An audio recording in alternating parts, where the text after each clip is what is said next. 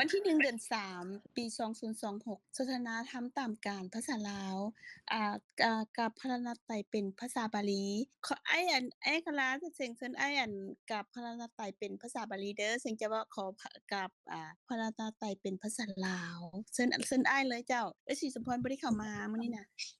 ครับขอนอบน้อมพระรัตนตรัยครับนะโมตัสสะภะคะวะโตอะระหะโตสัมมาสัมพุทธัสสะนะโมตัสสะภะคะวะโตอะระหะโตสัมมาสัมพุทธัสสะนะโมตัสสะภะคะวะโตอะระหะโตสัมมาสัมพุทธัสสะอะระหังสัมมาสัมพุทโธภะคะวาบุตตังภะคะวันตังอภิวาเทมิสวากขาโตภะคะวตาธัมโมธัมมังนามัสสามิสุปฏิปันโนภะคะวะโตสาวกสังโฆสังฆังนามามิเชิญคุณสิงห์ครับสาธุขอกราบพระรัตนตรัยเป็นขอนอบน้อมพระรัตนตรัยเป็นภาษาลาวขอนอบน้อมแด่พระผู้มีพระภาคเจ้าพระองค์นั้นซึ่งเป็นผู้ไกลจากกิเลสตรัสรู้ชอบได้โดยพระองค์เองพระผู้มีพระภาคเจ้าเป็นพระอรหันต์ดับไฟกิเลสไฟทุกข์ทั้งสิ้นตรัสรู้ชอบได้โดยพระองค์เองข้าพเจ้าขออภิวาทพระผู้มีพระภาคเจ้าผู้รู้ผู้ตื่นผู้เบิกบานพระธรรมเป็นคำที่พระผู้มีพระภาคเจ้าตรัสไว้ดีแล้วข้าพเจ้าขอนมัสการพระธรรมพระสงฆ์สาวกของพระผู้มีพระภาคเจ้าเป็นผู้ปฏิบัติดีแล้วข้าพเจ้าขอนอบน้อมพระสงฆ์สาธุจ้ะขอบใจจ้ะมื้อนี้เฮาสิสนทนาธรรมกันหัวข้อใดชั่วโมงที่แล้วเว้าเรื่องทุกข์เจ้ามื้อนี้เฮาเว้าเรื่องทุกข์ต่อบ่มีผู้ใดจะเกี่ยวเกี่ยวกับทุกข์บ่เจ้าถามคำถามทุกข์บ่หรือท่านอาจารย์จะอธิบายเพิ่มเติมเกี่ยวกับทุกข์บ่หรือว่าเฮาจะผ่านจ้ะแล้วแต่ท่านทั้งหลายสิสนทนาใดก็ได้แต่ท่านท่องเสงก็แล้วกันอ๋อโดยท่านอาจารย์นั้นสิก็ฟังมาพิจารณามาแต่ก็ยังบ่ยังอยากฟังอีกอยู่เกี่ยวกับทุกข์น่ะครับขออนุญาตน้องสิงห์นิดนึงครับครั้งที่แล้วครับก่อนที่จะจบรายการเนี้ยผมค่ะอ้ายนิดสำหรับที่ยังไม่เคยได้ศึกษาพระธรรมเนี่ยครับจะเริ่มต้นศึกษาพระธรรมอย่างไรครับเพื่อได้เกื้อกูลผู้ใหม่ได้จริงๆครับประเด็นนี้ก็จริงๆก็เผื่อคุณน้อยครับซึ่งเรื่องเสียงว่าเขายังไม่ได้ศึกษาพระธรรมเนี่ยไม่ได้ฟังอะไรมากมายเนี่ยจะได้มีข้อสงสัยว่าจะเริ่มต้นอย่างไรสำหรับผู้ที่ยังไม่ได้เคยศึกษาเลยเนี่ยครับได้ยินไหมครับได้ยินเจ้าดีเลยอ้ายขอบใจหลายๆเจ้าขอบใจที่ลืมเปิดไมค์ครับดีเลยอ้ายเพราะว่าถ้าสิงฮู้คำแล้วนี้ว่าผู้ศึกษาใหม่จะมาเริ่มต้นฟังจังได๋น่ะสิงก็จะได้ฮู้ข้อมูลว่าเฮาจะบอกเขาเจ้าแนะนำเพิ่นจังได๋ก็ตอนนี้มีดรเก๋นี่กับน้องน้อยเจ้ากับสิเป็นผู้ใหม่สำหรับในกลุ่มเฮาก็จะฮู้ว่าจะเป็นคนที่ฮู้พุทธศาสนาด้วยการทานการฟังอื่นๆมาแต่บ่ได้มาฟังแบบว่าพระพุทธเจ้าหลักสอนหยังแบบนี้ก็จะเป็นผู้ใหม่สำหรับเพิ่นก็ดีนะตรงนี้คงเริ่มจากจังได๋ล่ะอ้ายมีคำอธิบายหรือว่าแนะนำได้บ่ก่อนจะถามท่านอาจารย์อ้ายคลามีแนะนำหยังน้องน้อยกับดรเก๋บ่จ้ะครับขอเป็นท่านอาจารย์สงบเลยดีกว่าครับเพราะว่าเรื่องนี้ถือว่าเป็นเรื่องที่สำคัญแล้วก็จะเป็นประโยชน์อย่างมากครับสำหรับผู้ที่ไปอยู่ต่างประเทศอะไรเนี่ยซึ่งเช่นน้องศรีสมพรเนี่ยเวลาจะไปคุยกับเพื่อนๆซึ่งเป็นชาวต่างประเทศเนี่ยตรงนี้ก็ยากอยู่ครับก็แล้วเรื่องละเอียดด้วยแล้วก็เป็นเรื่องที่ถือว่าสำคัญจริงๆในความเมตตาที่จะให้ผู้อื่นได้รับทราบคำของพระพุทธองค์ด้วยครับกราบเรียนเชิญอาจารย์สงครับขอขอบอกขอบใจท่านอาจารย์อัคราเอาจังซี่เนาะอันเป็นว่าเฮาก็มาซอยกัน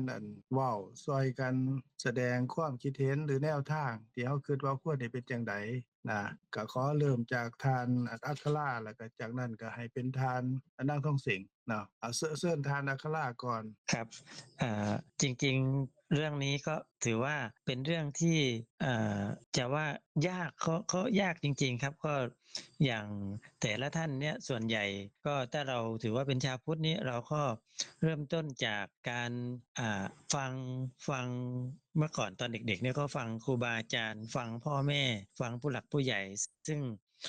ส่วนใหญ่เขาจะคอยบอกว่าพระพุทธเจ้าคือใครศึกษาพุทธประวัติแล้วก็อ่าฟังเกี่ยวกับในเรื่องของการรักษาศีลครับการทำความดีครับส่วนใหญ่ก็จะเป็นพื้นฐานแบบนั้นแต่ว่าอ่าโดยจริงๆแล้วมัน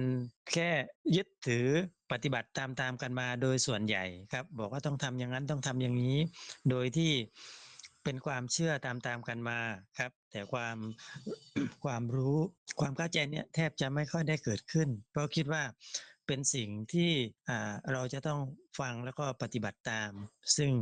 อ่าปฏิบัติตามถูกบ้างผิดบ้างซึ่งจะถูกก็ไม่รู้ว่าถูกผิดก็ไม่รู้ว่าผิดแต่ว่าจะเริ่มตรงไหนยังไงครับโดยจริงๆแล้วทุกอย่างเนี่ยในขณะตรงนี้แหละครับเป็นการเริ่มก็คือในขณะนี้เท่านั้นครับอย่างถ้าเริ่มฟังเนี่ยเริ่มเข้ามาฟังในกลุ่มเนี่ยครับก็ฟังไปก่อนฟังแล้วก็เมื่อมีความเข้าใจเกิดขึ้นเมื่อไหร่ก็คือตรงนั้นแหละครับถือว่าเป็นจุดที่สำคัญที่สุดครับก็คือมุ่งหมายก็อันดับแรกที่เข้ามาก็คือในการฟังครับฟังถ้าไม่ได้ฟังก็มีอ่านหนังสือบ้างครับหนังสือทีนี้ก็ไม่รู้อีกว่าหนังสือประเภทใดซึ่งเป็นหนังสือที่มีคำของพระเจ้าด้วยครับเมื่อก่อนพระไตรปิฎกเนี่ยก็เป็นสิ่งที่หาได้ยากแต่ในปัจจุบันเนี่ยก็สามารถที่จะดูจากอินเทอร์เน็ตได้ครับก็ค่อยๆอ่านไปก็อ่านจริงๆก็เหมือนกับการฟังเหมือนกันครับเมื่อได้มีความเข้าใจเกิดขึ้นถ้าไม่เข้าใจก็คือได้ถามผู้รู้บ้างครับแต่ว่าที่สำคัญที่สุดก็คือเริ่มต้นเดี๋ยวนี้นี่เองครับเดี๋ยวนี้นี่เองเมื่อได้ฟังเมื่อได้สนทนาเมื่อได้พิจารณาไตร่ตรองเมื่อได้มีความเข้าใจเกิดขึ้นก็มุ่งหมายถึงในขณะนี้ครับก็ประมาณนี้ครับ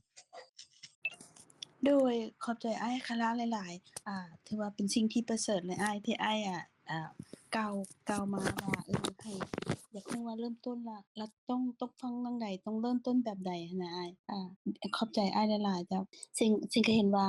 พ่อปู่ย่าตายายเฮาก็เคยพาเป็นชาวพุทธเนาะก็ฟังก็เป็นบาลีนั่นแหละคำแปลก็บ่ทันได้ยินจะจนเซ็งนะก็ถือว่า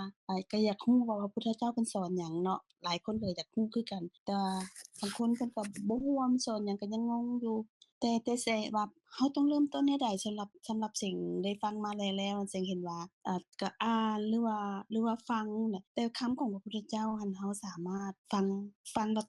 พิจารณาเองได้ว่าแม่นเป็นคำของพระพุทธองค์บ่คันเป็นคำของพระพุทธองค์นี่แม่นแบบคำนั้นมันอยู่ในตัวเราหมดในทางกายจิตนี้กายนี้ใจนี้ขณะนี้พิจารณาว่าคำนั้นต้องเป็นคำสัตย์จริงถูกตามความเป็นจริงอันตัวนี้มันคำของพระเจ้าเราสามารถด้วยรู้ด้วยตัวเราเองได้เวลาเราฟังแล้วเราพิจารณาถ้าเราฟังแล้วพิจารณาได้เราจะบ่หลงเพราะว่ามันมีคำปนหลายเดะเพราะผู้บ่รู้น่ะถ้าเราบ่รู้สิเรารู้ว่าคำนั้นน่ะน่ะมันอยู่ในตัวเราเป็นคำจริงนั่นแหละสามารถพิจารณาได้แต่ก็ต้องได้ฟังว่าพระพุทธเจ้าสอนหยังเงี่ยงหูฟังแล้วก็เอามาไตร่ตรองจังซี่พิจารณาเพื่อเพิ่มความเข้าใจขึ้นซึ่งการชาวพุทธเราการให้ทานนี่ก็เป็นจุดหลักที่สำคัญเป็นเบื้องต้นของปู่ย่าตายายเราเคยพากันเฮ็ดมาการให้ทานสิ่งที่ดีสิ่งที่ประเสริฐน่ะคือทานนี่คันทานด้วยความเป็นเราน่ะก็เป็นกุศลแต่ว่าคัน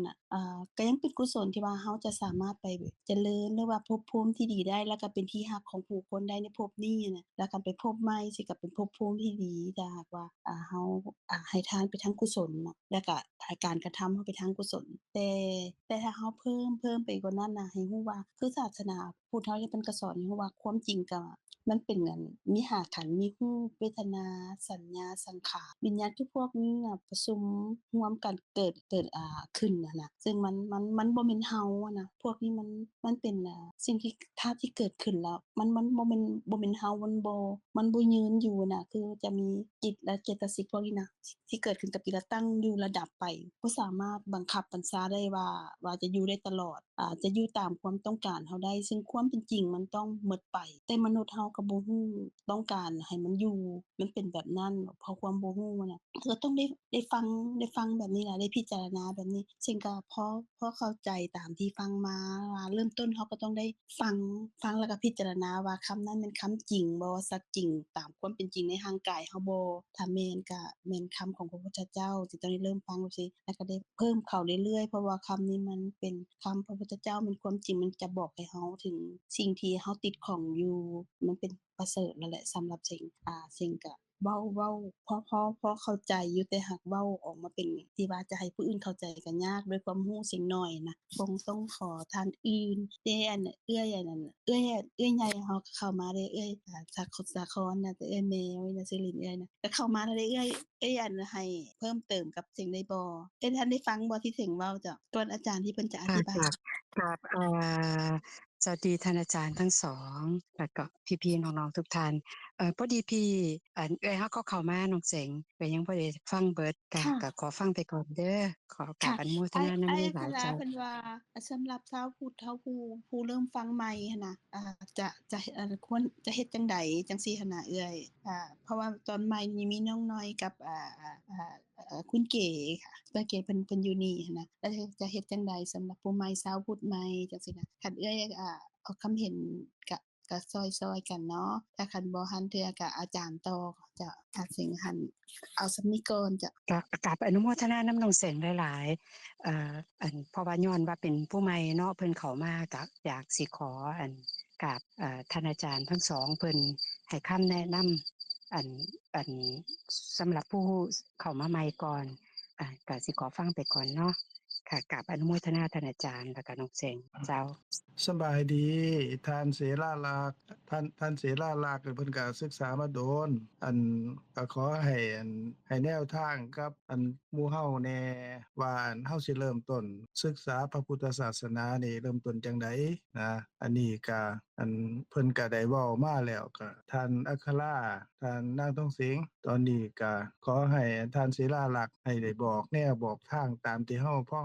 เฮาคิดว่าควรที่เป็นจังไดนั่นแหละนะได้อยู่อ้าวเชิญท่านเสราลักษณ์ ค่ะกราบขอบพระคุณและก็อนุโมทนานำท่านอาจารย์หลายๆเจ้าก็เฮาจริงๆอยู่ในห้องนี้เนาะนอกจากท่านอาจารย์แล้วก็เป็นผู้ใหม่หมดคันว่าในความเป็นผู้ใหม่เนาะมันใหม่ทุกเวลาเพราะว่าเวลามันก็ผ่านไปเฮาว่าเฮาเรียนแล้วก็มีแนวใหม่ให้แม่เฮาเรียนอยู่ตลอดพระพุทธเจ้านี่เนาะเพิ่นที่ตามที่ได้ฟังมานี่เพิ่นก็มีแต่สอนเฮาให้เริ่มต้นรู้จากสภาพธรรมที่มันมีอยู่ในตอนนี้เพราะว่าแต่ก่อนนั่นผู้เฮาใหม่เนาะเฮาฟังศาสนาว่าโอ๊ยศาสนาพุทธเฮานับถืออิหยังน้อว่าซั่นแต่ก่อนเฮาก็บ่ได้รู้หยังดอกตื่นขึ้นมาใหญ่ขึ้นมาพ่อแม่เฮาคันว่าในชาวพุทธเนาะพี่น้องไทยลาวเฮาก็พากันไปวัดอันนี้ก็เป็นกิจวัตรของเฮาเนาะแต่ว่าครูบาอาจารย์อยู่ในวัดเพิ่นก็บ่ได้เท่าที่ฟังมาเพิ่นก็อาจสิบ่ได้ลึกซึ้งหรือสอนหยังเฮาหลายหรือว่าหมู่เฮาเองก็อาจสิฟังบ่รู้เรื่องจังซั่นนะเพิ่นสอนแต่ว่าเพิ่นก็สอนเรื่องความดีเพราะว่าในหลักศาสนาพุทธของเฮานี่เท่าที่เฮาฟังมาก็ว่าเพิ่นให้เฮ็ดความดีซะละเป็นอันดับแรกแล้วก็ละเว้นความชั่วแล้วก็เฮ็ดจิตใจให้ผ่องใสว่าซั่นเฮ็ดความดีเนาะอันนี้เป็นหลักของศาสนาพุทธทั่วๆไปของเฮาบ่ว่าพระพุทธเจ้าผู้ใดเพิ่นตรัสรู้เพิ่นก็สิมากล่าวถึงคำนี่ล่ะว่านี่เด้อศาสนาพุทธเฮาเพิ่นกล่าวถึงเรื่องนี้เป็นเบื้องต้นแล้วก็เฮ็ดความดีเนาะบางเทื่อเฮาก็ว่าความดีให้ทานเฮ็ดศีลรักษาศีลไปให้ทานว่าซั่นซะคันแบบเบื้องต้นเฮาเป็นบุญว่าซั่นซะใจดีนำผู้อื่นง่ายๆเอาแบบง่ายๆเอาแบบชาวบ้านเฮานี่เนาะบ่ฆ่าสัตว์ตัดชีวิตนั่นล่ะศีล5ว่าเป็นพื้นฐานละความชั่วกันนั่นล่ะก็ว่าบ่ไปเฮ็ดศีล5นั่นล่ะคือเฮาก็ละความชั่วไปได้หลายเฮ็ดความดีก็ให้ทานรักษาแบบมันไปคู่ๆกันนะคันเฮาเฮ็ดบุญแล้วก็เฮาก็ละบาปไปนำแต่ว่าเฮ็ดจิตใจให้ผ่องใสนี่ก็ตอนที่แรกมันขน้อยเองนี่ก็สงสัยอยู่เดะว่าแต่ก่อนเฮาก็บ่ได้มาศึกษาหยังปานใดเนาะเฮาก็ฟังๆมาโอ้ มันเฮ็ดใจให้ผ่องใสนี่มันต้องม่วนซื่นบ่ว่าซั่นเฮาอันล่าเริงว่าซั่นน่ะอันเฮ็ดหยังเฮาก็ดีไปหมดฟังเพลงก็ม่วนหยังจังซี่น่ะอันนั้นตอนแรกอันในความเข้าใจแต่ว่าพอเฮาไปศึกษามานี่ความเฮ็ดใจให้ผ่องใสนี่จริงๆคันมันหลุนมีความรู้สึกว่ามันมาพร้อมกันว่าคันเฮาเฮ็ดบุญแล้วละบาปจิตใจเฮาก็สิผ่องใสเพราะว่าผ่องใสเพราะว่าหยังเพราะมันสงบจากอกุศลทั้งนั้นไปม่วนซื่นฮั่วแซวมันกลายเป็นว่าเป็นเรื่องอกุศลไปได้แต่นี่เป็นเรื่องโลภะเรื่องหนี้สินะก็เลยว่าก็เลยต้องมาศึกษาใหม่แต่นี่อันนี้เป็นเบื้องต้นพอเลิกเข้ามาแน่พอมาศึกษาก็เป็นว่าอันมันเป็นคอยเป็นระดับไปเนาะบัดตะนี้ก็สงสัยอยู่เด้ว่าอันนี้เว้าจากพื้นเขาหน่อยเนาะว่ามาจังซี่เองว่าก็อยากรู้เด้ว่าจริงๆอันนอกจากว่าเพิ่นสอนว่าอันเฮ็ดความดีละเว้นความชั่วอันเฮ็ดจิตใจให้ผ่องใสแล้วมีอีหยังอีกเนาะพระพุทธเจ้าเพิ่นสอนหยังอีกเนาะว่าซั่นอันก็เคยได้ยินแต่ว่าอันให้พิจารณานี่ล่ะว่าซั่นอันไปพิจารณาธรรมก็แม่นหยังน้อว่าซั่นแต่ก่อนก็บ่ฮู้เด้ธรรมบางเทื่อก็ไปฟังไปอ่านมาแหน่เอาเป็นธรรมชาติไปบ่หยังจังซั่นน่ะนะก็แล้วแต่ไผสิแปลพอมาเรียนจริงๆมันก็เป็นสิ่งที่เกิดขึ้นกับตัวหมู่เฮาเองจริงๆการศึกษาศาสนาพุทธนี่ที่เขาน้อยคอยพิจารณามานี่จริงมันเป็นมันศึกษาแนวบ่ได้ไปไกลจากเฮาดิศึกษาเฮาเองนี่ล่ะเป็นหลักมันเกิดอีหยังขึ้นอยู่ในใจเฮานี่มันหลดอยู่นำเฮาอยู่แต่ว่าเพิ่นก็ว่ามันบ่มีตัวเฮาเนาะอันนี้มันก็เลิกไปอีกอยู่แต่ว่าจริงๆเพิ่นให้ลบมาฝึกมาศึกษานี่ล่ะว่ามันแม่นหยังอันก้อนโคโลอยู่นี่นะก้อนโคโลอยู่นี่แตะเบิ่งก็คือจังอันพ่อแข็งๆซื่อๆนะว่าซั่นมันเป็นหยังที่แท้เพิ่นโลดว่ามันเป็นรูปเด้ว่าซั่นรูปเวทนาสัญญาสังขารนี่มันเป็นสังขารว่าซั่นแต่ก่อนนี่คือว่าสังขารนี่คือร่างกายแต่ว่าเฮาก็เข้าใจหยาบๆเนาะมันก็ประกอบกันหมดจริงๆโลดเป็นขันธ์ห้าแม่นอีหยังน้อก็คอยมาศึกษามันก็อยู่ซ้ำนี่ล่ะค่ะแต่ว่ามันก็เลิกไปเทละขันธ์ ขันธ์ห้าเพิ่นมาสอนแต่อยู่จังซี่บ่ให้มันเป็นหยังล่ะว่าซั่นมันบ่มีหยังเด้ว่าซั่นแต่แท้นี่มาศึกษาเบิ่งแล้วโอ๊ยก็อยู่นี่ล่ะอิหยังก็ถอนอยู่นี่หมดเคยได้ยินเนาะมีพระผู้หนึ่งหรือคำก่อนผู้หนึ่งได้ฟังมาเพิ่นว่ามันชีวิตนี่มันเป็นทุกข์ว่าซั่นเพิ่นว่านะคะมันทุกข์จังได๋บางเทื่อมันก็สุขอยู่ว่าซั่นมีหมอลำฟังมีพระผู้หนึ่งเพิ่นไปเดินธุดงค์เพิ่นได้ยินเสียงว่าทุกข์อยู่ในขันธ์ห้าโฮมลงมาขันธ์สี่ทุกข์อิหยังเนาะทุกข์อยู่ในขันธ์ห้าโฮมลงมาขันธ์สี่ทุกข์อยู่ในโลกนี้มีข้อยแต่ผู้เดียวว่าซั่นก็มาฟังเนี่ยมันแม่นหยังผู้อื่นก็ทุกข์เด้แต่จริงๆผู้อื่นทุกข์มันก็บ่ได้ทุกข์ดอกจริงๆมันก็เฮานี่ล่ะไปทุกข์ทุกข์นั้นแม่นหยังเอาแต่นี่พระพุทธเจ้าเพิ่นมาตัดสินหูอิหยังเนาะก็เลยได้ศึกษาต่อไปอีกโอ๊ยเป็นศึกษาความทุกข์นี่ล่ะเพิ่นตรัสรู้พออริยสัจสี่ว่าซั่นก็มาอริยสัจสี่แม่นหยังก็คืออาจารย์เพิ่นได้เว้ามาแล้วนั่นน่ะเนาะเพิ่นก็ไล่มาลดบ่หนีไปไสก็อยู่นี่หม้องนี้หมดหม้องจุโกอยู่นำเฮานี่ก็จักสิว่าจังได๋จริงๆมันก็บ่ได้หนีไปไสศึกษาศาสนาพุทธก็ศึกษาให้ฮู้โตเฮาว่ามันบ่มีเฮาเด้แต่นี่ล่ะมันยากในการที่สิอธิบายพอมาฮอดแบบนี้นี่เราก็ต้องได้ขออาจารย์เด้แต่นี่ค่ะอาจารย์ว่ามันอิหยังน้อมันเป็นหยังคือว่ามันบ่มีเฮามันคือว่างเปล่าจังซั่นนะเป็นหยังมันคือมีอยู่หั่นนะมันก็ยังโจโกอยู่เด้เฮ็ดจังได๋ตรงนี้ล่ะมันยากศาสนาพุทธว่ามีขันธ์ห้าแต่ว่าก็บ่มีเฮาว่าซั่นมันก็คือมีอยู่จังซั่นน่ะนะค่ะอาจารย์นี่ล่ะก็คงต้องกราบขออาจารย์ละบัดตะนี้แจงให้ละเอียดอีกแน่ค่ะหน่อยแม่นค่ะหน่อยพอค่อยได้ฟังมาแน่จักหน่อยก็ยังบัดสิเอามาขึ้นมาพิจารณามันก็ยังยากอยู่ค่ะหน่อยก็ต้องกราบขอความเมตตากรุณาของท่านอาจารย์ทั้งสองเพิ่นโดยค่ะหน่อย ขอบอกขอบใจท่านนางศิลาลักษณ์แล้วก็ท่านอาจารย์อัคราท่านทองเสง ที่ได้ให้แนวทางในการศึกษาพระพุทธศาสนาว่าเริ่มแรกคนศึกษาอิหยัง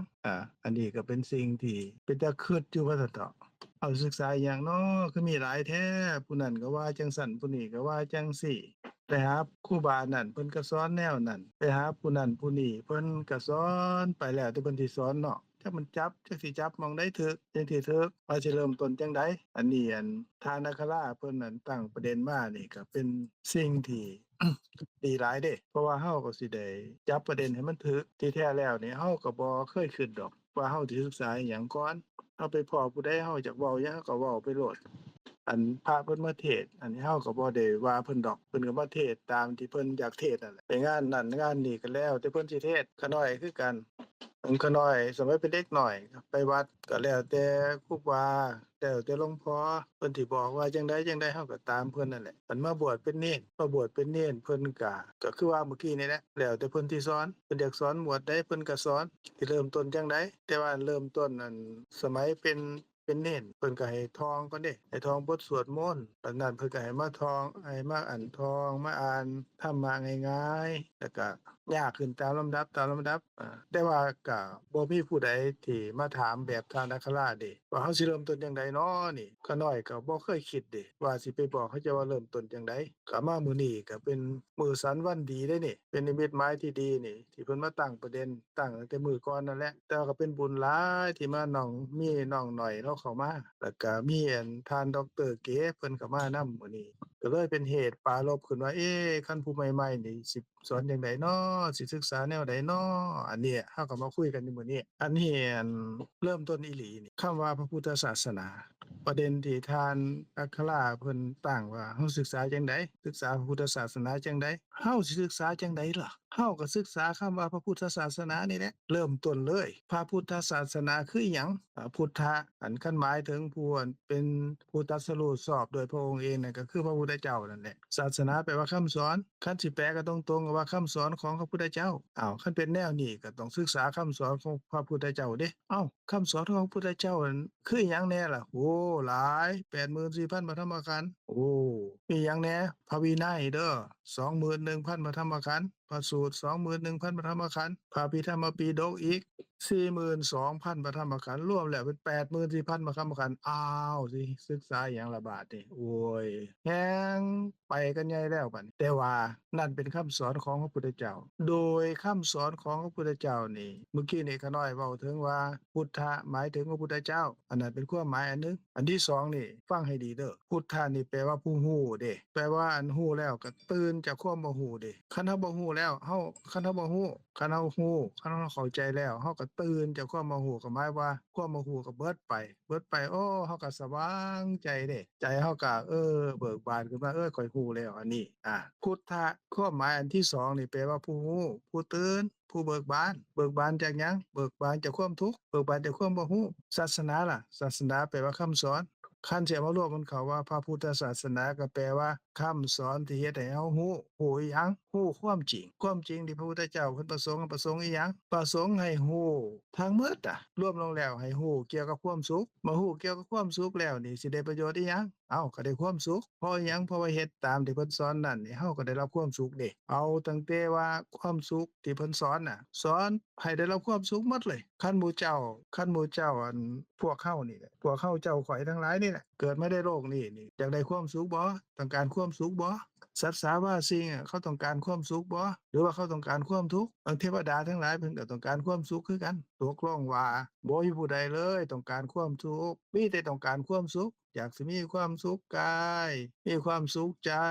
มีความสนุกสนานเบิกบานรื่นเริงโอ้ยเฮ็ดอิหยังก็เฮ็ดให้เฮามีความสุขใจสำบายใจเกิดความสนุกสนานร่าเริงอยู่ไสก็ได้รับความสุขเพราะว่าหน้าร้อนหน้าฝนเพราะว่าน้ำท่วมฝนตกหรือฝนแล้งมีความสุขทั้งนั้นคันต้องการความสุขกันน่ะก็มาเฮียนมาศึกษาพระพุทธศาสนานี่แหละก็คือคำสอนของพระพุทธเจ้านี่แหละพระพุทธเจ้าเพิ่นบำเพ็ญบารมีอันยาวนาน4อสงไขยแสนกับมาตรัสรู้เป็นพระพุทธเจ้านั่นน่ะเพิ่นก็ได้รับความสุขสูงสุดเด้เพิ่นอยู่ไสก็ตามเพิ่นมีความสุขบ่มีความทุกข์เลยทุกข์เพราะโลภะโทสะโมหะเพิ่นก็บ่มีเด้แดดร้อนก็ดีหรือว่าฝนตกฝนลงตามที่เขาน้อยว่านั่นแม่นว่าสิหิวหรือบ่หิวก็แล้วแต่อันนั้นมันทุกข์กายก็ทุกข์ธรรมดานี่แหละแต่ว่าใจเพิ่นบ่ทุกข์เด้มีความสุขบ่มีหยังที่มาเฮ็ดให้ใจเพิ่นขุ่นเพิ่นมัวได้อันนั้นก็คือดับเหตุแห่งทุกข์ก็คือดับความร้อนในใจให้หมดไปอันนั้นคือความสุขอันที่เขาน้อยเว้าให้ฟังก็คือว่าพระพุทธศาสนาเพิ่นสอนเกี่ยวกับเรื่องความสุข เริ่มต้นเฮาสิรู้อิหยังเฮาต้องการรู้อิหยังเฮาสิเฮ็ดจั่งใดเฮาก็ต้องรู้เกี่ยวกับเรื่องความสุข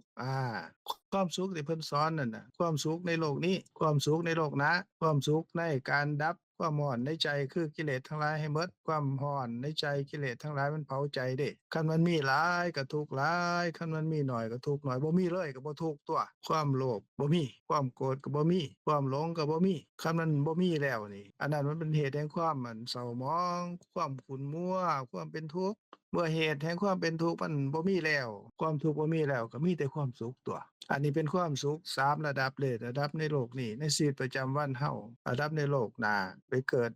ในหม้องมันดี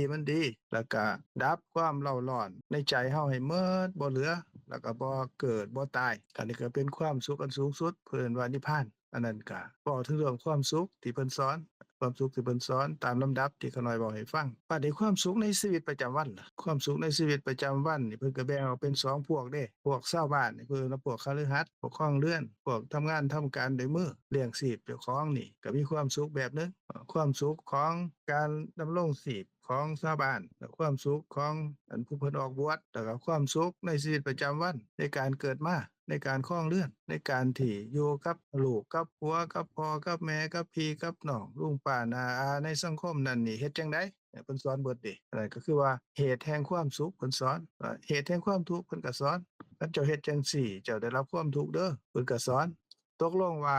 พระพุทธศาสนานี่ศาสนาแปลว่าคำสอนพุทธะของพระพุทธเจ้าอันนี้คำแปลแรกที่เขาน้อยเว้าให้ฟังเมื่อกี้นี้คำแปลที่2ก็แปลว่าคำสอนที่เฮ็ดให้เฮารู้แล้วก็ตื่นจากความบ่รู้ตื่นจากความบ่รู้นั่นแหละเฮาก็ได้รับความสุขในชีวิตประจำวันก็สรุปแล้วก็คือสอนให้มีความสุขพุทธศาสนาก็สอนเกี่ยวกับเรื่องความสุขให้มีความสุขอันนี้เขาน้อย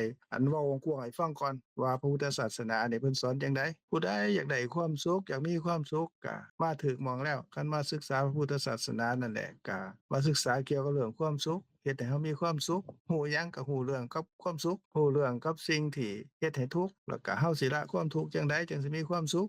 อยู่หม้องนี้บัดทีนี้เฮาสิเริ่มต้นจังไดอันนี้ก็ข้าน้อยก็สิขออนุญาตคุยกับท่านนางทองเสงว่าเริ่มต้นเฮาเกิดมาเฮาสิเป็นผู้ใหญ่เลยซั้นบ่ก็บ่แม่นเด้หรือว่าเฮาสิเกิดมาแล้วลูกเฮาน้อยๆอยู่นั่นหรือว่าหลานเฮายังน้อยๆอยู่นั่นเฮาสิไปสอนเรื่องอิหยังล่ะก็เรื่องการให้ทานการรักษาศีลการอบรมความเข้าใจถูกความเห็นถูกเอาแบบที่เฮาว่ากันนี่มันก็เกินกำลังเขาดิบัดที่เฮาสิสอนลูกเฮาจังไดล่ะเพราะอย่างทานเสราลักษณ์เพิ่นเว้าถึงว่าคำสอนที่เฮ็ดให้ความสุขนั่นน่ะก็คือในส่วนที่พระพุทธเจ้าเพิ่นสอนน่ะว่าบ่ให้เฮ็ดบาปบ่เฮ็ดบาปก็คือเฮ็ดเหตุแห่งทุกข์นั่นแหละเฮ็ดทุกข์นั่นแหละนะให้เฮ็ดบุญก็เป็นเรื่องของเฮ็ดความสุขนั่นแหละเฮ็ดให้เกิดความสุขนะแล้วก็คันใจเฮาเป็นบุญแปลว่าความสุขบุญเป็นสิ่งที่นำมาซึ่งความสุขเป็นการชำระล้างบาปก็คือความเศร้าหมองของจิตคันบุญเกิดขึ้นนั่นใจเฮาก็สำบายก็เกิดความปิติเกิดความผ่องใสก็เกิดความสุขอันนี้แหละก็คือว่าเฮาบ่เฮ็ดบาปแต่เฮาเฮ็ดบุญในขณะที่เฮ็ดบุญนั่นใจเฮาก็ผ่องใสเดะเพราะว่าบาปมันบ่เกิดมีตั้งแต่ความสุขเกิดอันนี้แต่ว่าเฮาเกิดมานี่เฮาก็บ่แม่นใหญ่ทันทีเลยหรือว่าเฮาใหญ่มาตามลำดับนี่ก็บ่แม่นว่าเฮาสิฟังคำสอนของพระพุทธเจ้าเกี่ยวกับเรื่องความสุขนี่ในระดับที่สูงสุดเลยจังซั่นก็บ่ได้เพราะก็ต้องตามลำดับบัดทีนี้วิธีการสอนท่านนางทองเสงก็ดีหรือว่าเฒ่าแม่เพิ่นเลี้ยงท่านนางทองเสงมาก็ดีหรือว่าน้องน้อยก็ดีหรือว่าพ่อแม่ขาน้อยก็คือกันนั่นแหละที่เพิ่นสอนมาน่ะเพิ่นสอนจังไดล่ะเด็กน้อยที่เฮาเป็นเด็กน้อยนั่นเฮาสอนให้รู้จักกราบจักไหว้อันนี้เป็นลุงป้าน้าอาเป็นพ่อใหญ่แม่ใหญ่หรือว่าผู้นี้เป็นครูบาเณรหรือว่าเป็นครูบาพระก็แล้วแต่เอาทุลูกเอานี่เอากราบอันนี้ไว้อันนี้เจ้าต้องเว้ากับเพิ่นจังซี่เด้จังสิเป็นคนดีเฮาสอนลูกเฮาสิเริ่มต้นจังไดตอนที่เฮาสอนลูกเฮาแม่ท้องเสงขอโทษข้าน้อยก็เว้านั่นกับท่านนางท้องเสงนี่เคยเอิ้นเพิ่นว่าท่านแม่ท้องเสงแม่ท้องเสงนี่ก็เอิ้นด้วยความสนิทสนมนั่นแหละเพราะว่าอีสานเฮานี่เพิ่นก็สิเอิ้นว่าอ้าวแม่นั่นแม่นี่นั่นอันนี้ก็ขอโทษขออภัยเพิ่นบัดทีนี้ขออนุญาตสนทนากับท่านนางทองเสงว่าเฮาสิสอนลูกเฮาเป็นคนดีเฮาสิสอนจังไดในเบื้องต้นการเว้ากับผู้อื่นก็ดีหรือว่าสอนเรื่องทานก็ดีหรือว่าสอนเรื่องเมตตากรุณาก็ดี หรือสอนการเรื่องเอื้อเฟื้อเผื่อแผ่ก็ดีเฮาสิสอนลูกเขาจังได๋ท่านนั่งทงเสงรับแล้วบ่โดยท่านอาจารย์ข้าน้อยฟังอยู่สิสอนจังได๋เบื้องต้นของความดีซึ่งชาวพุทธเรามีมาตั้งแต่บรรพบุรุษอยู่แล้วสอนมาอยู่แล้วท่านอาจารย์ข้าน้อยว่า อาเป็นพื้นฐานอยู่แล้ว แต่ถ้าคือหากเขาเริ่มเข้ามาเลยเพราะเวลาบ่หลายของมนุษย์เราซึ่งเริ่มต้นนี้แม่นรู้กันอยู่แล้วว่าศาสนาพุทธนี้แม่นเว้าเรื่องศีล5เว้าเรื่องกิจที่เป็นกุศล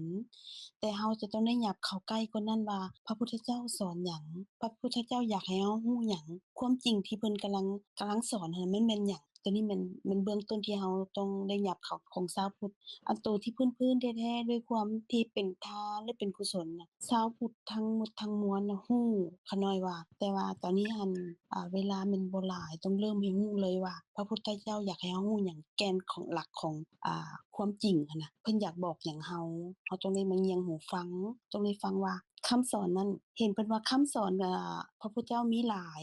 45เล่ม80,000สีธรรมพานขันธ์แต่คำสอนคำเดียวถ้าเราเข้าใจท่องแท้สามารถบรรลุธรรมได้ฉะนั้นเบื้องต้นนี้มันเป็นเบื้องต้นแล้วชาวพุทธเราเพราะว่าเริ่มต้นทำอิฐหั่นปู่ย่าตายายได้ปลูกฝังเรามาแล้วการที่มีจิตเมตตาการเป็นการดีเป็นสิ่งกุศลคือเห็นว่าต้องฟังเลยว่าพระพุทธเจ้าสอนหยังอยากรู้หยังแก่นแท้มัน ก็คือสิ่งที่พวกเราบ่ฮู้นี่มันมนุษย์เราบ่ฮู้นี่คือความหลงนี่แหละความหลงในวัฏฏะหลงในความว่ามีเราซึ่งเพิ่นพระพุทธเจ้าหั้นยังบ่ได้ตรัสรู้ยังบ่ได้มาบังเกิดสิ่งเหล่านี้มันมีอยู่แล้วมีแต่ก่อน 2,500 ปีจนถึงปัจจุบันนี่ก็ยังมีแล้วพระพุทธเจ้าเพิ่นมาบังเกิดขึ้นมาแล้วได้มาตรัสรู้แล้วเพิ่นจึงได้มาบัญญัติขึ้นหลักของที่เพิ่นอยากให้รู้คืออริยสัจสี่เพิ่นให้รู้ว่าความจริงมันมนุษย์เราชีวิตเราแม่นการรวมตัวของขันธ์ซึ่งว่ามันบ่มีตัวตนบ่มีที่แท้จริงมันเป็นการรวมตัวขึ้นซื่อๆซึ่งอาจารย์อธิบายได้ดีแล้วข้าน้อยก็ฟังมาจากอาจารย์เห็นพิจารณาได้ว่าตัวเบื้องต้นแท้ๆหั้นไผก็รู้หมดชาวพุทธรู้หมดก็คือเป็นกุศลเว้าเรื่องทานนั่นแหละแบบว่ามาเงียงหูฟังแท้ๆเพราะเป็นภาษาบาลีได้ว่าเพิ่นอยากให้เรารู้หยังพระพุทธเจ้าอยากสอนหยังตัวนี้ชาวพุทธเรามาฟังตัวนี้เพราะเบื้องต้นแท้ๆแม่นไผก็มีหลักขึ้นชื่อว่าชาวพุทธคันบ่ขึ้นชื่อว่าชาวพุทธผู้อื่นคือกันเข้ามาฟังก็อยากรู้ให้รู้ว่าพระพุทธเจ้าอยากบอกหยังเราเวลายังบ่หลายเดะต้องผ่านไปทุกมื้อถ้าคำสอนของพระพุทธเจ้านี่แม่นแต่คำสัตย์จริงแม่นความจริงเราสามารถพิสูจน์ด้วยตัวเราเองได้เลยว่ามันมีในตัวเราหมดทุกขณะมันบ่แม่นสิ่งงมงายและทุกอย่างมันเกิดขึ้นด้วยบ่แม่นเกิดขึ้นลอยๆด้วยเหตุด้วยผลแล้วจึงบ่มีสิ่งศักดิ์สิทธิ์หรือว่าอันใดที่มาดลบันดาลเราได้ทุกอย่างมันเกิดจากการกระทำเราหมดความจริงสิ่งที่และอันนี้เราก็พิสูจน์ได้นี่คือคำสอนของพระพุทธเจ้าคันเบื้องต้นแท้ๆที่ว่าจากที่ว่ามาเกิดในคันมารดาน้ำข้นน้ำใสการแปรเปลี่ยนตรงนั้นน่ะก็คือก็ต้องได้ศึกษาคือกันตรงนี้แต่ว่าเรื่องเบื้องต้นของชาวพุทธเฮาที่มีจิตเมตตาที่ศีล5ไผก็รู้หมดแล้วขาน้อยว่าหลักๆที่ว่าเฮามาศึกษาเบื้องต้นนี่ผู้ใหม่ที่เขามาฟังนี่มันพุทธคือกันนี่ก็ต้องบ่มาฟังว่าพระพุทธเจ้าอยากให้เฮารู้หยังฟ้าวมาเอาตัวนี้เลยเพราะว่าเรื่องเปลือกหั้นแม่นชาวพุทธเฮารู้หมดแล้วแต่เรื่องแก่นนี่อยากให้รู้ว่าแก่นแท้ๆแม่นหยังที่เพิ่นอยากให้เฮารู้ต้องมาฟังตัวนี้แหละจริงๆจะทันเพราะว่าเวลามันผ่านไป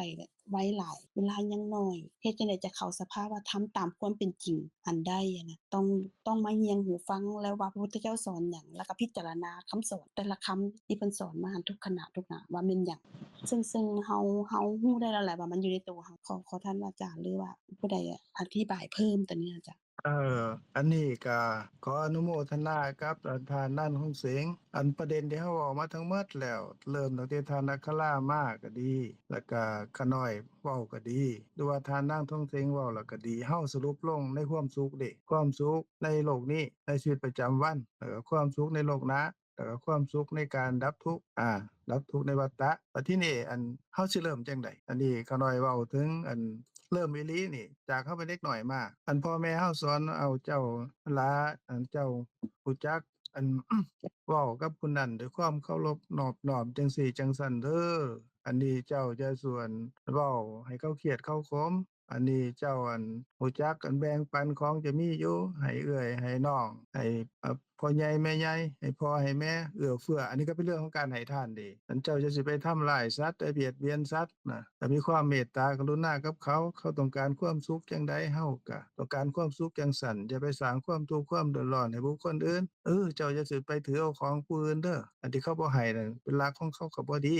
ขี้ตัวก็บ่ดีเด้อลูกอันนี้ก็เป็นเบื้องต้นอันนี้ถามว่าเช้าคูณควรสิสอนอิหยังก่อนคันเจ้ามีลูกเป็นเด็กน้อยเจ้าก็สอนจังซี่พ่อแม่เฮาก็สอนจังซี่ครูเพิ่นไปโรงเรียนเพิ่นก็สอนแนวนี้แต่ว่าอันนี้เนี่ยเพิ่นบ่ได้บอกว่าอันเป็นการให้ทานรักษาศีลเด้แต่ว่าเป็นการประพฤติโดยอัตโนมัติอันนี้เฮาเว้าถึงตามลำดับว่าสิสอนอิหยังก่อนบัดทีนี้อันคันใหญ่ขึ้นมาล่ะในชีวิตประจำวันนี่พระพุทธเจ้าเพิ่นก็สอนในเรื่องของความสุขในชีวิตประจำวันอันให้เจ้าขยันเด้อให้เจ้ารู้จักรักษาทรัพย์สมบัติเจ้าเด้อจะหามาได้แล้วแล้วก็ให้เจ้าคบคนดีเด้อเจ้าอย่าไปติดอบายมุขเด้อเว้นจากการดื่มน้ำเมาเที่ยวกลางคืนเที่ยวเบิ่งการเล่นการพนันคบคนชั่วเป็นมิตรหรือขี้คร้านเฮ็ดงานเฮ็ดการเจ้าอย่าไปเป็นจังซั่นเด้อลูกต้องขยันแนวนี้พระพุทธเจ้าเพิ่นสอนจังซี่เด้อันนี้เจ้าก็สิมีความสุขในชีวิตประจำวันเกิดจากการมีทรัพย์ใช้จ่ายทรัพย์แล้วก็บ่เป็นหนี้ทำการงานบ่มีโทษอันนี้ก็เป็นความสุขในชีวิตประจำวันของคฤหัสถ์เด้อันในการคบมิตรคบจังได๋เพิ่นก็สิสอนเด้อันนี้ในลำดับของชาวบ้านที่เป็นความสุขเด้บัดทีนี้อันในชีวิตประจำวันในการที่มีความร้อนทางใจด้วยความยึดของต้องการอยากได้อันนั้นอันนี้ก็ดีคันบ่ได้ก็โทสะเกิดก็เพราะว่าบ่ฮู้ตามความเป็นจริงว่าเฮาเฮ็ดในสิ่งที่ดีก็ดีบ่ดีก็ดีด้วยความเป็นเฮานั่นน่ะเอิ้นว่าเป็นการกระทำสิ่งที่ดีเอิ้นว่ากุศลสิ่งที่บ่ดีเอิ้นว่าอกุศลก็ให้ฮู้ว่าอันนี้แหละมันสินำความทุกข์มาในชีวิตประจำวันแล้วก็คันตายไปโลกหน้าเจ้าก็สิไปเกิดเป็นสัตว์นรกเป็นสัตว์เดรัจฉานเป็นเปรตเป็นอสุรกายในส่วนเหล่านี้อันนี้ก็เป็นระดับความสุขในโลกหน้าบัดทีนี้คันแม่นชีวิตประจำวันล่ะคันระดับจากเป็นเล็กน้อยจากการทำมาหาเลี้ยงชีพจากเป็นไทบ้านธรรมดาแล้วอ้าวจะมีครบแล้วล่ะในส่วนเหล่านั้นคันฮู้แล้วนะคันฮู้แล้วเราควรสิศึกษาอิหยังก็ควรศึกษาความสุขนี่แหละความสุขในชีวิตประจำวันที่มันเกิดขึ้นอยู่ไสอยู่โตวเฮานี่แหละอยู่โตวเฮาเป็นจังไดคันความอยากได้ความติดของเกิดขึ้นก็คันเข้าใจว่าเป็นเฮาเป็นผู้อยากได้หยังอยากได้รูปเสียงกลิ่นรสสิ่งที่นำมาซึ่งความสุขนำมาซึ่งความพอใจยินดีอันนั้นมันก็เผาใจเพิ่นว่าโลภะเกิดขึ้นคันบ่ได้ตามนั้นโทสะก็เกิดขึ้นโทสะเกิดขึ้นก็ดีโลภะเกิดขึ้นก็ดีเพราะว่าเฮาบ่ฮู้ตามความเป็นจริงว่ามันบ่แม่นเฮามันอาศัยจิตเกิดขึ้นแล้วก็ดับทุกขณะบ่มีเฮาบัดทีนี้อันที่มันเกิดขึ้นนี่เกิดขึ้นจากหยังเกิดขึ้นจากในตัวเฮานี่แหละในขณะที่เฮาเห็นรูปก็ดีได้ยินเสียงก็ดีได้กลิ่นก็ดีกินข้าวกินน้ำหูรสก็ดีหรือว่าสิ่งที่มาถูกต้องสัมผัสทางกายเป็นสุขเป็นทุกข์ก็ดีหรือว่าคิดถึงเรื่องราวต่างๆแล้วก็ที่ปรากฏในทางใจก็ดีสิ่งเหล่านั้นนี่หลังจากเห็นแล้วคันเห็นดีเห็นสิ่งที่ดีที่งามเฮาก็อยากได้คันเห็นสิ่งที่บ่ดีบ่งามเฮาก็บ่อยากได้เฮาก็บ่ค่อยพอใจมันเกิดขึ้นในชีวิตประจำวันเกิดขึ้นอยู่ไสเกิดขึ้นอยู่ตัวเฮานี่แหละตอนใดก็ตอนนี้ได้ยินก็เกิดขึ้นแล้วก็คันเฮาบ่ฮู้ตามความเป็นจริงหลังจากนั้นเฮาก็สอบหรือบ่สอบเกิดขึ้นความทุกข์เกิดขึ้นที่ใจแล้วเด้คันเห็นในสิ่งที่ดีบ่ดีสอบหรือบ่สอบก็ทุกข์เกิดขึ้นแล้วเด้หรือว่าไปกินข้าวกินอาหารแซ่บถูกใจก็ติดของแล้วเด้หรือว่าบ่แซ่บอ้าวใจหายแล้วเด้หรือว่าสิ่งใดที่มากระทบสัมผัสทางกายเฮาร้อนตอนนี้กำลังร้อนมันร้อนมาถูกกายก็โอ้ยเป็นทุกข์กายแล้วไปหม้องเย็นๆถูกกายเฮาก็รู้สึกว่ามีความสุขกายหรือว่าคิดมันเฮาไปนอนคิดบ่ได้เห็นบ่ได้ยินบ่ได้กลิ่นบ่ฮู้รสบ่มีหยังมากระทบกายเฮาตอนนั้นเฮาก็คิดเรื่องราวต่างๆที่เฮาเห็นอันนั้นเห็นอันนี้ได้ยินอันนั้นอันนี้ก็หลังจากนั้นก็ดีใจเสียใจอันนี้ก็เกิดขึ้นอันนี้เป็นไปในชีวิตประจำวันแต่ละขณะถามว่าควรสิศึกษาอิหยังพระพุทธเจ้าสอนให้ฮู้อิหยังพระพุทธศาสนาสอนเริ่มต้นให้ฮู้อิหยังก็ฮู้นี่แหละก็ฮู้ขณะที่เห็นขณะที่ได้ยินขณะที่ได้กินขณะที่ฮู้รสขณะที่สิ่งที่มากระทบกายเฮา สุขกายทุกข์กายหรือขณะที่เคสเรื่องต่างๆในขณะนั้นฮู้ว่าจังได๋ฮู้ว่ามันเกิดขึ้นแล้วก็ดับบ่เหลืออยู่เห็นจังซี่คันเจ้าเห็นสิ่งที่สวยๆงามๆเจ้าเห็นอยู่ตลอดได้บ่ได้เห็นเกิดขึ้นแล้วก็ดับดับแล้วก็บ่เหลืออยู่มันเป็นของเจ้าบ่เป็นบัดทีนี้คันเจ้าสอบล่ะสอบใจสอบใจอันนั้นนี่มันเหลืออยู่อยู่ตลอดไปบ่เหลือเกิดขึ้นแล้วก็ดับคันคุณบ่สอบล่ะคันบ่สอบเกิดขึ้นแล้วก็ดับก็บ่เหลืออยู่คันบ่เหลืออยู่นั่นมันเป็นเจ้าเป็นข่อยเป็นเจ้าสอบหรือเป็นเจ้าบ่สอบมันเหลือมันบ่เหลืออยู่แล้วมันสิเป็นเจ้าเป็นข่อยเป็นเจ้าสอบเจ้าบ่สอบได้บ่ได้เพราะว่าเกิดขึ้นแล้วก็ดับอันนี้คือสภาพที่เป็นจริงเพิ่นว่าสภาพธรรมที่เกิดขึ้นแต่ละขณะเดี๋ยวนี้เฮาควรสิฮู้หยังก็ฮู้ที่ตาหูจมูกลิ้นกายแล้วก็ใจเฮาเนี่ยฮู้ตอนใดฮู้ตอนที่เฮาเห็นตอนเฮาได้ยินฮู้เฮาตอนที่เฮาได้กินลิ้มรสถูกต้องสัมผัสเพราะอิหยังเพราะว่าแต่ละขณะที่ฮู้แต่ละทางนั่นน่ะมันเกิดขึ้นแล้วมันก็ดั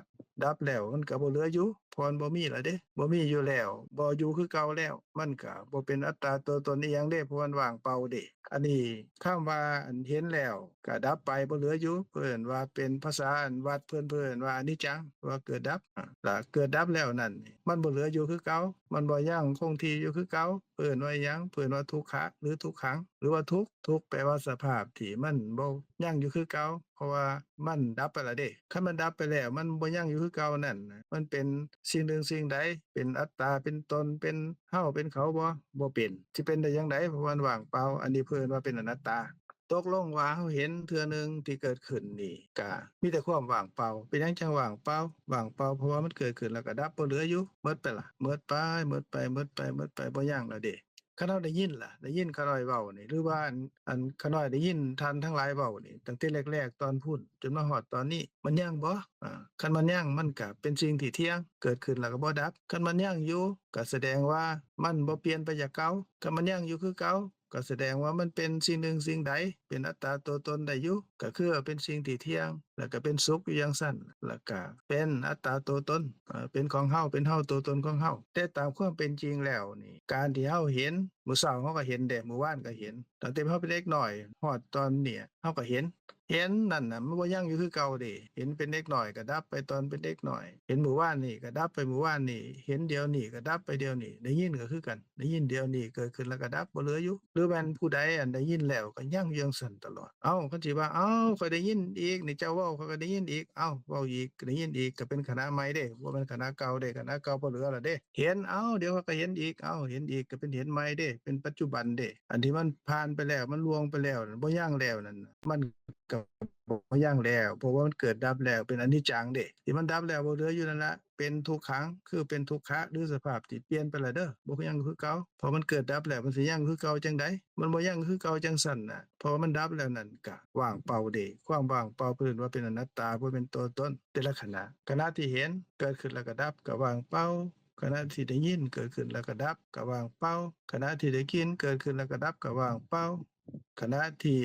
กินข้าวหูรสหรือว่ากินของหยังก็แล้วแต่หูรสเกิดขึ้นแล้วก็ดับไปแล้วก็ว่างเปล่าถูกต้องสัมผัสทางกายเกิดขึ้นแล้วก็ดับแล้วก็ว่างเปล่าหรือความรู้สึกทางใจที่เฮาคิดถึงเรื่องนั้นเรื่องนี้ก็มีความสุขใจหรือว่ามีความบ่สำบายใจก็ดีหรือเฉยๆก็ดีเกิดขึ้นแล้วก็ดับดิบ่เหลืออยู่เกิดขึ้นแล้วก็ดับบ่เหลืออยู่อันเดียวนี่แหละเป็นทั้ง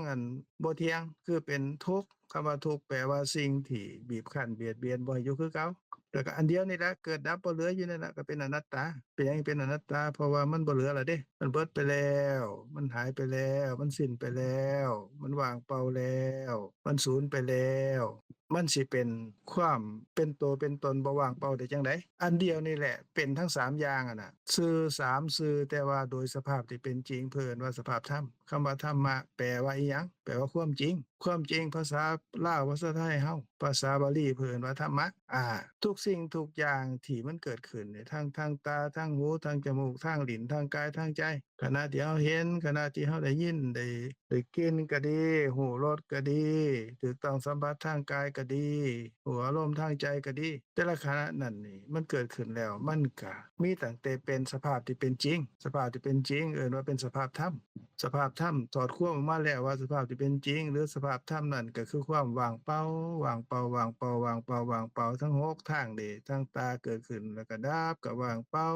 ได้ยินเกิดขึ้นแล้วก็ดับก็ว่างเปล่าได้กินลิ้มรสถูกต้องสัมผัสนึกคิดเกิดขึ้นแล้วก็ว่างเปล่าว่างเปล่าว่างเบิดมื้อเลยตั้งแต่มื้อเช้ามานี่ก็ว่างเปล่าหมดเดี๋ยวนี้คันแม่นไปทั้ง6ทางนี่ทั้งตาหูจมูกลิ้นกายใจเกิดขึ้นหัวอารมณ์แล้วก็ดับก็ว่างเปล่าคือกันมีแต่ความว่างเปล่าว่างเปล่าว่างเปล่าตั้งแต่เกิดมาจนตอนนี้ก็ว่างเปล่าตั้งแต่ตอนนี้อันก่อนที่เฮาจากโลกนี้ไปนี่ก็ว่างเปล่าคือกันเดี๋ยวนี้ก็ว่างเปล่าได้ยินเขาน้อยเว้าเกิดขึ้นกับหูอารมณ์นั่นคำว่าอารมณ์แปลว่าสิ่งที่เฮาฮู้จิตฮู้อารมณ์สิ่งที่จิตฮู้ก็หมายความว่าคันอารมณ์ทางตาก็คือว่าตาเห็นรูปนั่นแหละเป็นอารมณ์ได้ยินเสียงก็เป็นอารมณ์ของการได้ยินทางหูคันได้กินนั่นแหละก็เป็นอารมณ์เป็นสิ่งที่ฮู้ได้ทางดังหรือทางจมูกแล้วก็ฮู้ก็พบฮู้สิ่งที่กระทบทางกายสิ่งที่กระทบทางกายเป็นความร้อนแน่ความเย็นแน่ในส่วนที่มากระทบหรือว่าสิ่งที่อ่อนสิ่งที่แข็งมากระทบหรือว่าลมมาพัดทางกายไหวไปมานั่นนี่อันนี้ก็เป็นอารมณ์คำว่าอารมณ์แปลว่าฮู้ได้แต่ละทางฮู้ได้ทางตาทางหูทางจมูกทางลิ้นทางกายและทางใจเรื่องราวต่างๆคือในทางใจเพิ่นเกิดว่าเป็นอารมณ์เพราะว่าฮู้ได้ทางใจเด้ทั้งหลายทั้งปวงทั้งหลายทั้งเบิดที่เว้ามานี่เป็นของเฮาบ่ในซุมื้อนี้โดยความเป็นจริงโดยสมมุติที่เฮายึดถือมาว่าเป็นจริงตั้งแต่เกิดมาจนฮอดตอนนี้แหละผู้ใดก็ว่าก็เข้าใจกันก็ยึดถือกันว่าเป็นเฮาเห็นก็เป็นไปในส่วนของการให้ทานในการแบ่งปันให้สัตว์ให้คนเลี้ยงหมูเลี้ยงม้าเลี้ยงเป็ดเลี้ยงไก่เลี้ยงนั่นเลี้ยงนี่ให้ผู้นั้นให้ผู้นี้จนถึงขนาดว่าเอาไปใส่บาตรเด้อไปเฮ็ดบุญเด้ออันนี้เป็นบุญเด้อลูกเด้ออ้าวหลานเด้อก็พากันเฮ็ดก็เป็นตัวอย่างให้เขาอันนั้นก็ตามลำดับเป็นเด็กน้อยได้ใหญ่ขึ้นมาก็สอนตามลำดับบัดทีนี้คันมาถามตอนนี้ว่าเฮาเป็นผู้ใหญ่สิเอาแต่ฮู้หยังก็ฮู้เดี๋ยวนี้แหละว่าบ่มีเฮาเขาเจ้าทำงานทำการกับพระพุทธเจ้าเพิ่นสอนว่าจังไดล่ะสอนว่าคันเจ้าจักทำมาหากินมีเงินมีทองมีความสุขจากการมีทรัพย์เจ้าก็ขยันเด้อเจ้าอย่าขี้คร้านเด้ออย่าสิอ้างว่าร้อนหนาวเช้าสายบ่เฮ็ดดอกงานอย่าไปอ้างจังซั่นเพิ่นว่าให้ตั้งใจทำงานให้ขยันพร้อมที่เฮ็ดงานรู้จักรักษาให้คบคนดีหลีกเลี่ยงอบายมุขเจ้าบ่รวยเจ้าก็บ่จนเจ้าก็สิมีทรัพย์แล้วก็มีเงินมีทองใส่ใจทรัพย์เป็นความสุขในชีวิตประจำวันอันนี้เพิ่นก็สอนอันนี้สอนในส่วนที่การประพฤติปฏิบัติความดีความงามทางกายเพิ่นว่าสุจริตก็มาจากใจที่เจ้าประกอบไปด้วยความรู้สภาพธรรมตามความเป็นจริงในสภาพที่การสละแบ่งปันบ่ติดบ่ข้องเพิ่นว่าอโลภะเจตสิกหรือความเมตตากรุณากับบุคคลอื่นหรือสัตว์อื่นที่เกิดในใจเพิ่นก็ว่าอโทสะเจตสิกหรือว่าเข้าใจตามความเป็นจริงว่าแต่ละอย่างน่ะมันเป็นสภาวธรรมที่เกิดขึ้นแล้วก็ดับบ่มีเจ้าข่อยบุคคลตัวตนอันนี้คือส่วนเหล่านั้นการกระทำออกมาทางกายทางวาจาก็ดีงามบ่เฮ็ดบาปเฮ็ดอกุศลอันนี้ก็ผลของผลของผลของความดีหรือกุศลนั่นก็สินำไปสู่การมีความสุขในชีวิตประจำวันด้วยแล้วก็ตายไปแล้วก็ไปเกิดในสุคติอันนี้ก็ระดับหนึ่งอีกระดับหนึ่งบัดทีนี้ในการที่ดับความบ่ฮู้นี่คือความเข้าใจถูกความเป็นถูกก็ศึกษาหยังก็ศึกษาที่ตาเจ้านั่นแหละหูเจ้านั่นแหละจมูกลิ้นกายใจของเจ้าในขณะใดขณะที่เจ้าเห็นได้ยินได้กินได้รสถูกต้องสัมผัสนั่นแหละฮู้ว่ามันเป็นธรรมะทั้งหมดบ่มีเจ้าบ่มีข้อยบ่แม่นว่าอดีตก็ตามปัจจุบันก็ตามอนาคตก็ตามทุกคนเท่ากันหมดคือเกิดขึ้นแล้วก็ดับแล้วก็ว่างเปล่าเจ้าเป็นทุกข์เพราะว่าเจ้าไปยึดมั่นถือมั่นว่าเป็นของเจ้าเป็นเจ้าตัวตนของเจ้าที่เห็นแล้วก็มักบ่มักคือสอบบ่สอบแต่ก็เป็นเจ้าทั้งสันเป็นเจ้าทั้งหมดเดี๋ยวก็ขวนขวายเฮ็ดนั่นเฮ็ดนี่เพื่อให้มันได้ในสิ่งที่อยากได้ตามโลภะหรือว่าเพื่อต้องการที่แก้ไอ้สิ่งที่เฮาบ่ได้เฮาเกิดโทสะนะให้มันเบิดไปให้มันเป็นสิ่งที่เป็นไปตามโลภะเฮาอยากได้ก็ด้วยความเป็นเจ้าอันนี้ก็เป็นความทุกข์แล้วก็เพิ่นให้ฮู้ตามความเป็นจริงว่าอันที่มันเกิดกับคือมันเกิดแต่ละขณะที่ความสอบสิเป็นโลภะก็ดีมันก็บ่แม่นใจบ่แม่นจิตอาศัยจิตเกิดขึ้นแล้วมันก็ดับแล้วก็บ่เหลืออยู่สอบก็ตามเกิดขึ้นแล้วมันก็ดับบ่เหลืออยู่บ่สอบก็ตามเกิดขึ้นแล้วก็ดับมันก็เหลืออยู่แล้วมันเป็นสิ่งที่เกิดกับจิตเพิ่นว่าเจตสิกก็บ่แม่นเจ้าบ่แม่นข้อยก็บ่แม่นจิตมันอาศัยกันซื่อๆเกิดขึ้นจิตกับเจตสิกก็เกิดอาศัยอันรูปกายในส่วนที่เป็นกลุ่มของรูปเกิดขึ้นหัวลมแต่ละทางทางตาหูจมูกลิ้นกายใจทั้งหมดทั้งหลายทั้งปวงนั้นก็บ่มีเจ้าบ่มีข้อยมีตั้งแต่สภาพความเป็นจริงเพิ่นว่าสภาพธรรมสอนให้รู้ความเป็นจริงอันนี้เพื่อหยังเพื่อให้ได้รับความสุขจากหยังจากการที่ดับสิ่งที่เป็นทุกข์เพราะหยังเพราะว่าเฮาบ่รู้ตามความเป็นจริงไปยึดมั่นถือมั่นว่าเป็นเฮาเขาสัตว์บุคคลตัวตนก็รู้ตามความเป็นจริงแล้วนี่ก็ดับเหตุแห่งทุกข์คือความบ่รู้นั่นให้เบิดไปคันนั้น เฮาฮู้น้อยก็มีความสุขน้อยฮู้หลายก็มีความสุขหลายคันฮู้อย่างแจ่มแจ้งว่าเป็นธรรมะทั้งหมดแต่ละขณะที่เกิดขึ้นก็ดับไปนั่นก็ดับความทุกข์ทั้งปวงเด้คันบ่ฮู้หลายก็ทุกข์หลายบ่ฮู้น้อยก็ทุกข์น้อยคันบ่ฮู้เลยก็ทุกข์หลายด้วยความเป็นเฮาเขาสัตว์บุคคลตัวตนติดของต้องการสรุปว่าพระพุทธศาสนาเฮาศึกษาอิหยังก็ศึกษาแต่ละคณะนี่เดี๋ยวนี้แหละให้ฮู้ว่าเพิ่นสอนให้มีความสุขจังใดให้เข้าใจความคำสอนของพระพุทธเจ้าทั้งหมดรวมลงอิหยังรวมลงในความสุขอิหยังก็คือให้เข้าใจตามความเป็นจริงว่าเป็นสภาพธรรมความเข้าใจตามความเป็นจริงอันนั้นคืออิหยังเพิ่นเอิ้นว่าเป็นปัญญาคำสอนทั้งหมดรวมลงในปัญญาคือความรู้ทั่วทางตาหูจมูกลิ้นกายใจเนี่ยทั่วหมายความว่ามันวนอยู่จังซี่ฮู้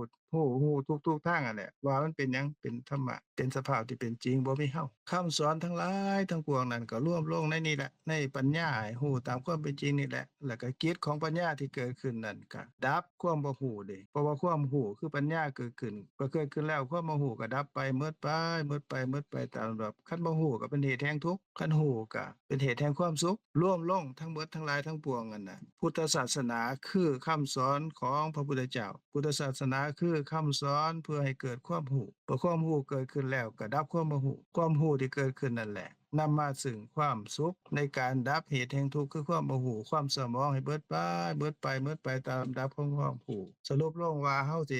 สิศึกษาหยังก่อนก็ศึกษาความจริงแล้วแต่ระดับเขาเจ้าเป็นเด็กน้อยจะก็สอนไปตามนั้นแหละคันผู้ใหญ่ขึ้นมาแน่โอ้ก็สอนตามระดับที่ทำมาหากินขั้นตอนนี้ฮู้อิหยังสิสอนอิหยังก่อนก็สอนสภาพความเป็นจริงคือเดี๋ยวนี้ในแต่ละขณะนี่เป็นอนัตตาจังไดเห็นเกิดขึ้นดับไปบ่เหลืออยู่ได้ยินได้กินลิ้มรสถูกต้องสัมผัสนึกคิดเกิดขึ้นดับไปบ่เหลืออยู่บ่มีเจ้าบ่มีข้อยมีแต่ความว่างเปล่ามีแต่สภาพธรรมจังซี่สอนหยังก็คือสอนสภาพธรรมให้ฮู้ตามความเป็นจริงแต่ขึ้นอยู่กับกาลเทศะเด้ขึ้นอยู่กับ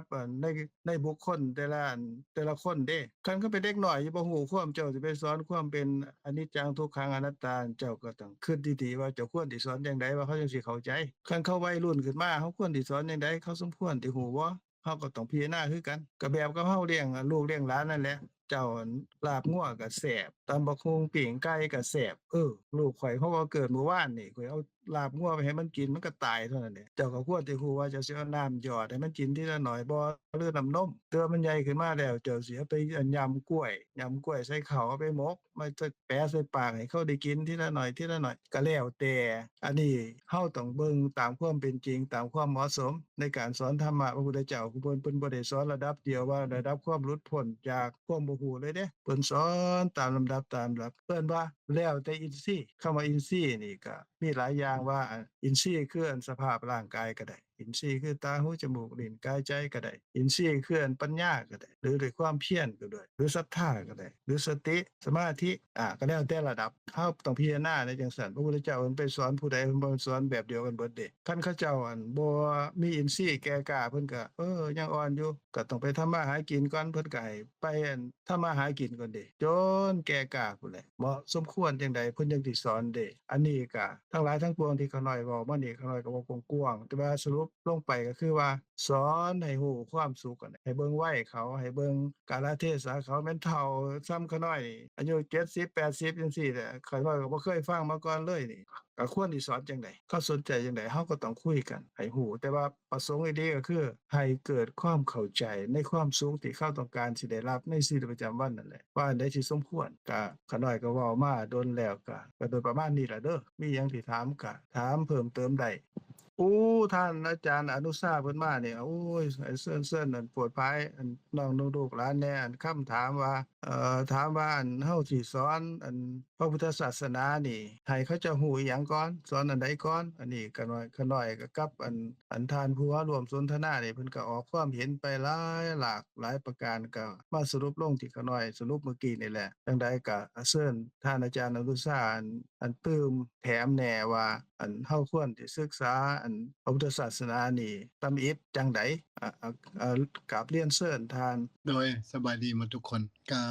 ถือว่าอาจารย์สมภพเพิ่นก็ได้อธิบายให้ฟังละเอียดแล้วเนาะเพราะฉะนั้นคันให้เบิ่งหลักสมองเบิ่งเวลานี่มันใกล้3นาทีแล้วเด้นี่ถึงเวลาแล้วบ่หรือว่า ต่อได้ท่านอาจารย์ต่อจากข้าน้อยขอต่ออีกจัก3นาที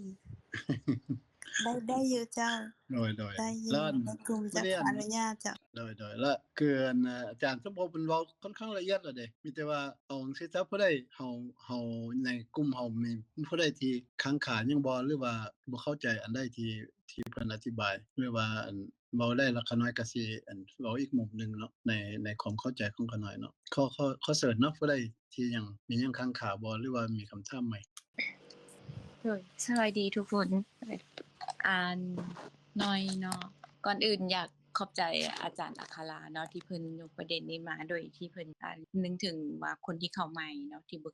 เคยฟังเรื่องศาสนาหรือว่าคำสอนพระพุทธเจ้าแล้วเพิ่นเลยยกขึ้นมาเพิ่นเห็นความสำคัญว่าสำหรับน้องที่ว่าเริ่มฟังใหม่ต้องเริ่มแนวใดนะต้องขอบใจอาจารย์อัคราก่อนเนาะและคำที่เพิ่นอาจารย์สงบและก็คนอื่นๆให้คำแนะนำมาขาน้อยก็พอรับรู้ได้เนาะรับรู้ได้ก็คือแต่เริ่มต้นมาก็คือพ่อแม่เขาสอนมาเนาะเป็นประเพณีที่ว่าสอนให้ลูกเป็นคนดีเนาะแต่ว่าเรื่องฟังศาสนา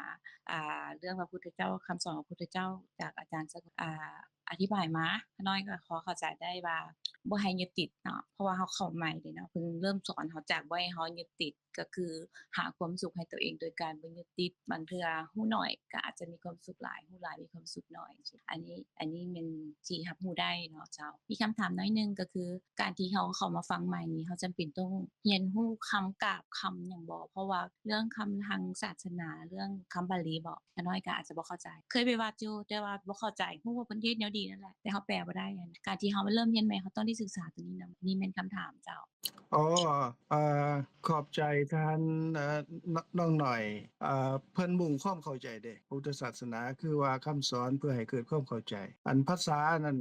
ภาษาบาลีนั่นภาษาวัดนั่นก็เฮาบ่ทันเข้าใจก็บ่เป็นหยังเฮาก็ฟังไปนะบ่ต้องทุกอกทุกใจแต่ว่าให้เข้าใจภาษาของเฮานั่นแหละเพราะว่าเพิ่นต้องการให้ฮู้ตามความเป็นจริงว่าสภาพธรรมเป็นจังไดเกิดขึ้นตอนใดขณะนี้เดี๋ยวนี้เป็นธรรมะจังไดบ่เป็นเฮาจังไดความรู้ที่เกิดขึ้นนี่เฮาก็ละความบ่รู้ได้โดยเข้าใจภาษาของเฮานั่นแหละนะภาษาบาลีก็ดี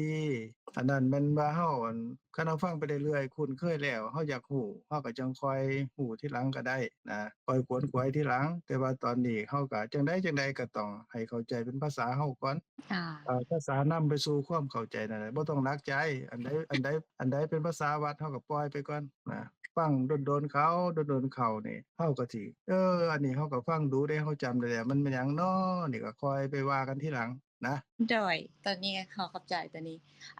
ส่วนว่าเริ่มต้นแนวใดเนาะขาน้อยก็อยากจะแชร์คือการบอกทางอาจารย์ท่านอาจารย์แล้วก็หลายคนได้แนะนำก็เข้าใจแต่ความเข้าใจของขาน้อยนี่ขาน้อยเข้าใจว่าการมาเรียนใหม่ก็คือเข้ามาในกลุ่มนี่แหละเพราะว่าแต่ละคนก็จะมีคำถามแล้วมีการสนทนาเนาะเขาก็จะ pick up เอาเขาก็จะแบบฟังแล้วก็กันตองเนาะเก็บเอาข้อให้เขาเข้าใจเพิ่มเติมก็คือการมีคำถามอาจจะเริ่มจากจุดนี้เริ่มฟังจากการสนทนาของท่านอื่นๆแล้วเขาก็อัพเอาเนาะถามมีอย่างที่บ่เข้าใจเขาอาจจะมีคำถามคิดว่าตรงกะเป็นการเริ่มต้นเนาะอันที่คาใจก็คือเรื่องว่าเขาจะเป็นต้องฮู้คำนั่นบ่นะคืออาจารย์เพิ่นก็ชี้แจงมาละขาน้อยก็สบายใจไปโดยอันจังซี่เด้อคือว่าเฮา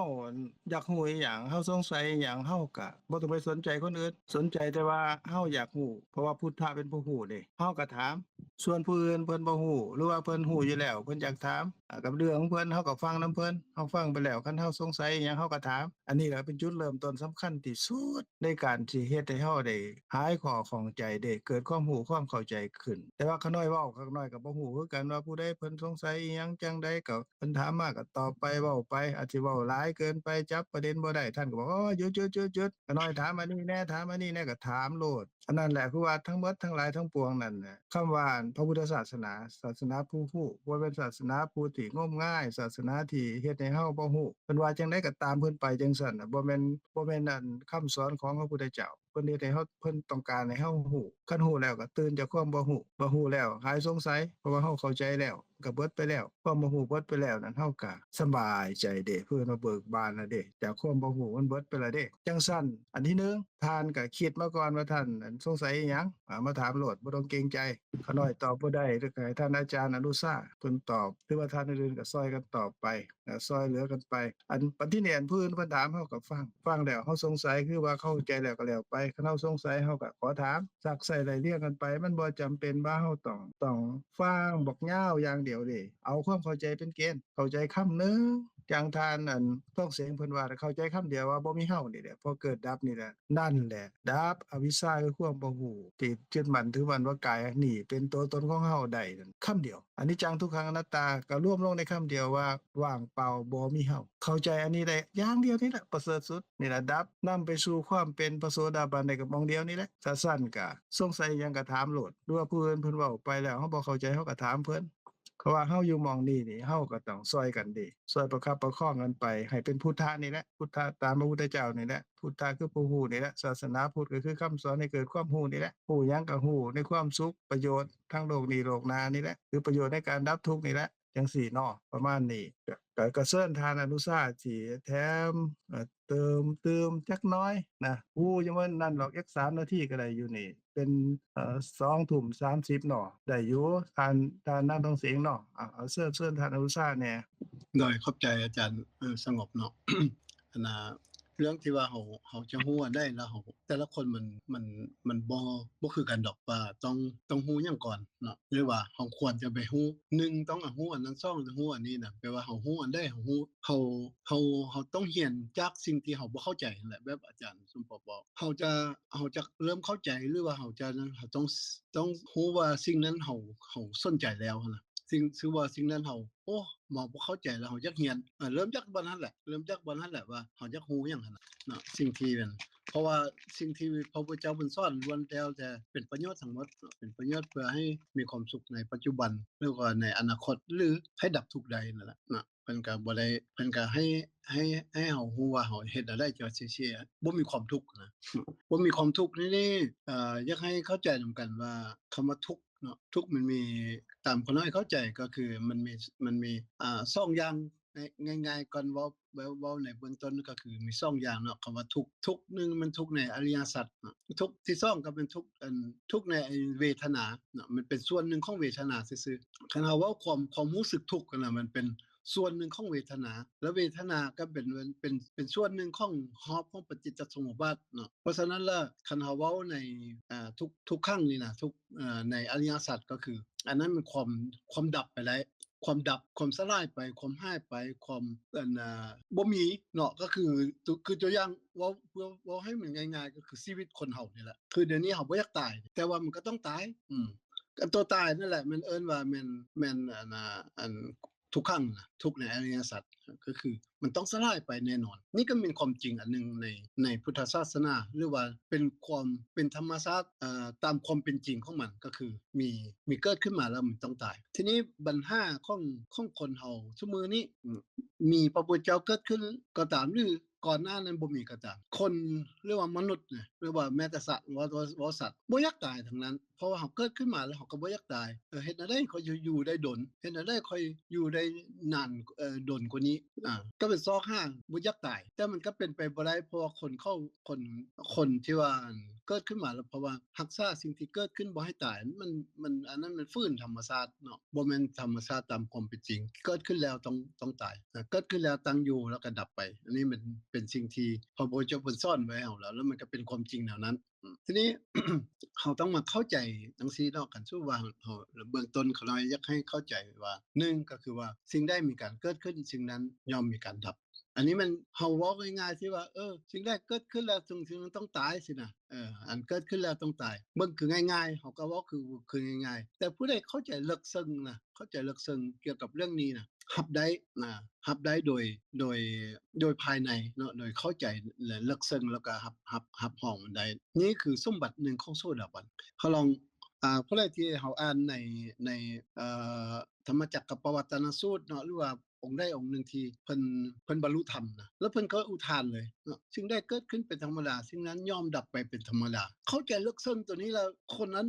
เป็นบรรลุเป็นโสดาบันเขาฟังก็คือเขาก็เข้าใจอยู่นี่เดี๋ยวนี้ไพ่อยู่ในนี่เขาน้อยก็คิดว่า14-15คนที่เขากำลังฟังกันเนี่ยเขาก็สิเข้าใจอยู่แต่มันยังอาจจะบ่ลึกซึ้งอาจจะยังบ่